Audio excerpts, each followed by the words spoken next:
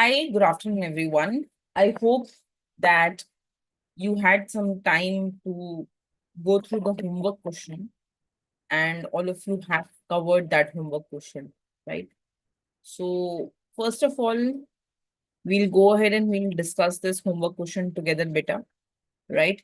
Um, I didn't see any solution posted on the Telegram group related to this homework question. Whenever you write an answer, please get it checked by me. Please go ahead and please post your answers on the Telegram group, right? So that I can check. The idea is for you to write and for me to tell you what mistakes you're making. If you will not post these answers in the group, then it is not going to make a lot of sense, right? Okay. So read out the question. If you haven't done, take a moment, take 5 minutes, try to do this question now, and then I will tell you how to do it. So the question says, specify the Cobb-Douglas production function, taking two inputs and producing one output. Interpret the parameters used in this function, right?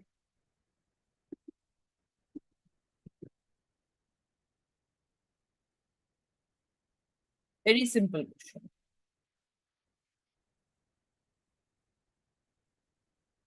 So the Cobb-Douglas production function, when you write an answer for this one beta, um, it can go ahead and it can take two forms.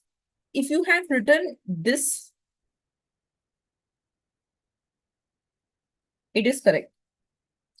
And if you have written this, then also it is correct, right? So if you have taken the technology factor, very good. But if you have not taken, it's a 5-mark question. You still go ahead and you still seek marks. You get marks, right? So first of all, we have to tell what Cobb-Douglas production function is. We have to define that, right? So the definition of production functions is the properties of the production function. माने अगर कोई मुझे बोले कि Cobb-Douglas production function क्या है, right?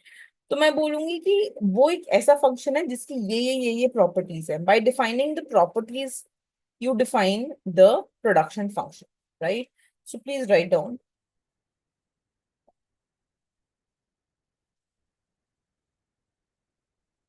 Cobb-Douglas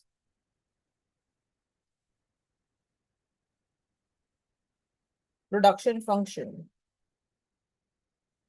is a specific type of production function where output can be expressed as product of input, capital, and labor raised to constant powers, right? Raised to constant powers. It has constant elasticity of substitution. So now you have gone ahead and you have defined what a Cobb-Douglas production function is. Now you have to take its mathematical form and interpret the parameters used in the function. So we begin with it. That it can be represented like this. L to the power alpha, A to the power beta, right? So you see Q is the output, right? L is labor and K is capital. बेटा देखो इन्होंने क्योंकि question इस तरीके से पूछा है that interpret the parameters, so you have to make sure that you segregate between what a parameter is and what a variable is. Here, labor and capital are variables. क्यों variable है? Because they are determined within the model. I'm trying to find out the value of labor and capital, right? So it's a variable. But when I go ahead and when I talk about alpha, beta, A, that is a parameter, right? So then you write parameters,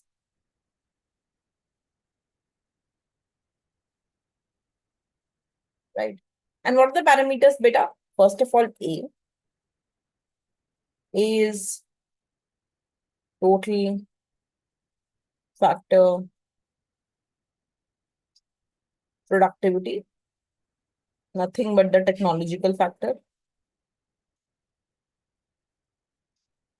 right? And then you have alpha, comma, beta, which is your output elasticities of labor and capital respectively, right? So, what does output elasticity mean? So alpha basically tells you the percentage change in output due to percentage change in labor. And beta tells you percentage change in output due to percentage change in capital. Is this clear? So this interpretation is more than enough, right? You have explained what alpha is, you have explained what beta is, and you have explained what A is, right? But if this would have been a bigger, itna काफी है लिखना है इसमें, हाँ? But if this would have been a bigger question, say a 10 marks question, then you would have gone ahead and you could have explained this in words, right? That alpha is the percentage change in output resulting from percentage change in labor, holding capital constant, ऐसे करके, हाँ? यहाँ पे you hold capital constant and यहाँ पे you hold labor constant. So you could have written that in words properly if it's a 10-mark question, because for now we don't have, it's a 5-mark question. We don't have to literally keep writing for this 3 pages, right? It depends on the weightage that you have, right? Another definition, हाँ? तो जब हम ये alpha beta की बात करते हैं, right? Then they, so you can say next pointer, alpha beta also represent the share of output paid to labor and capital respectively under perfect competition and constant returns to scale. So now what we have done is, now we have taken it one step ahead. And हमने ये भी बता दिया कि अगर ये perfect competition होता, then this alpha and beta also reflects the share of these inputs, right?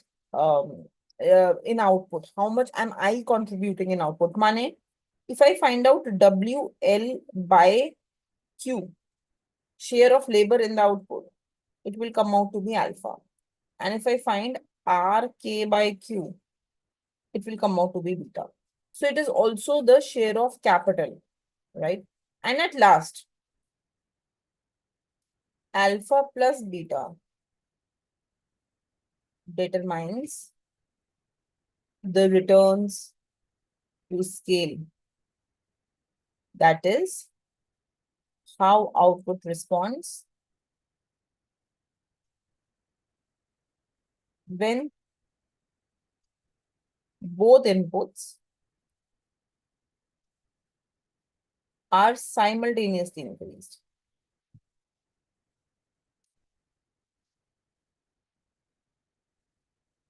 Okay, beta. अब देखो, अब तो डेफिनेशन पूरा ही कंप्लीट हो गया. So when they ask you, they asked us to interpret the parameters, and we have given three important interpretations of the parameters. पहले तो हमने A को explain कर दिया, that this is total factor productivity. Again, beta, it depends on the marks that is allocated to the question.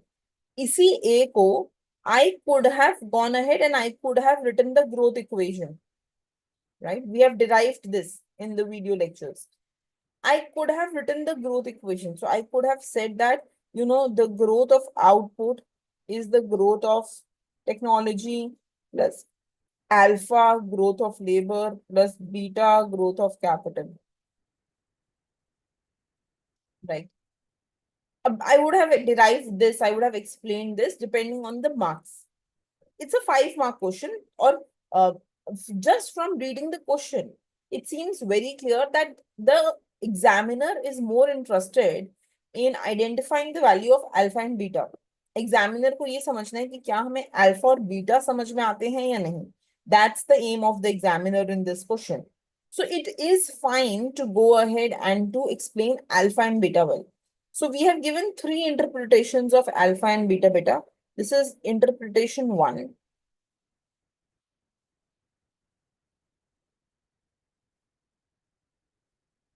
Right? Which says output elasticity of labor and capital respectively, alpha and beta output elasticities.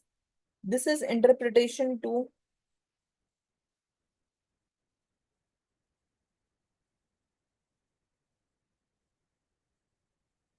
Right? Which says that they represent share under perfect competition. Okay. And then this is interpretation 3.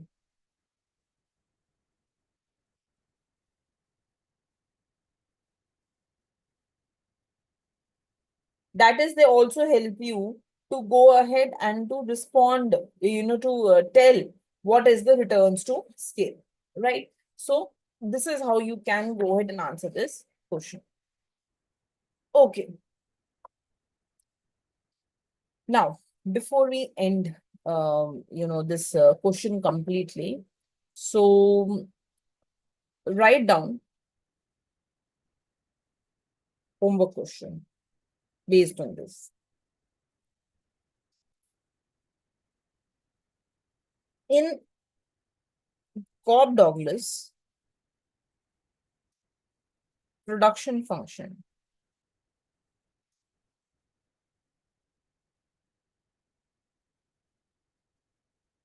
the parameters alpha and beta represent share of input in output, right? Elaborate. And you are given that this is a 10 marks question. You have to elaborate on this. Okay, beta. I have just framed this question based on what we have done now. Homework question number 2. Right. So I am just framing these questions based on what we have already done, right, in this answer. So what is product exhaustion theorem, right? And discuss it keeping in mind Cobb-Douglas production function. Under what circumstances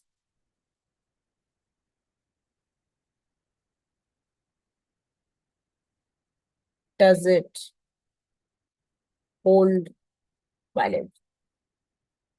Again, a 10-mark question. So this is your homework question. And I hope all of you will go ahead and try this. Okay. Please go ahead and post your answers in the Telegram group. I want to make sure that you're writing it in the right way. I want to go ahead and I want to check what you are doing. Okay. Fine. Now let us go ahead and begin where, what we had stopped, right? Okay. Any doubt in this? Anything not clear?